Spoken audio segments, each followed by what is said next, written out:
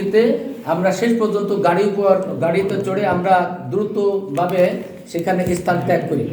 আমরা তাদের বোঝাতে পারিনি আমরা কি জন্য এসেছি, কেন এসেছি, এবং তারাও কিন্তু বুঝতে চায়নি যে আমাদের প্রার্থীর যে সামনে লোগো দিয়ে আছে, খেলাফত মজলিসের যে লোগো এবং প্রার্থীর ছবি আছে, এটা দেখার সাথে সাথেই তারা আমাদের উপর আক্রমণ শুরু করে। কারা হামলা করছে? তারা এখানে বিএনপির নেতা হুমায়ুন খান নেতৃত্বে, আরও এখানে আছে মনিরুজ্জামান এবং মশিউর মিরাজ। মূলত হুমায়ুন খান নেতৃত্বে কাজটা হয়েছে। ওই গাড়ি থেকে হুজুর ছিল? ওই গাড়িতে হুজুর ছিল না, আমরা ছিলাম। হুজুরের গাড়িটা ছিল, আমরা ছিলাম।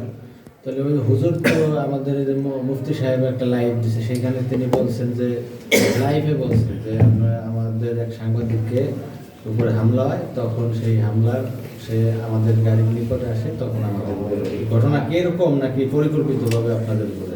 এইটা আমার মনে হয় যে তারা গাড়ি দেখার সাথে সাথে তারা আক্রমণ করে। পরে সাংবাদিক যারা ছিল তারা তাদেরকে ধরে রেখেছিল, ওরাও আত্মরক্ষার জন্য আমার গাড়িতে তখন উঠে পড়ে।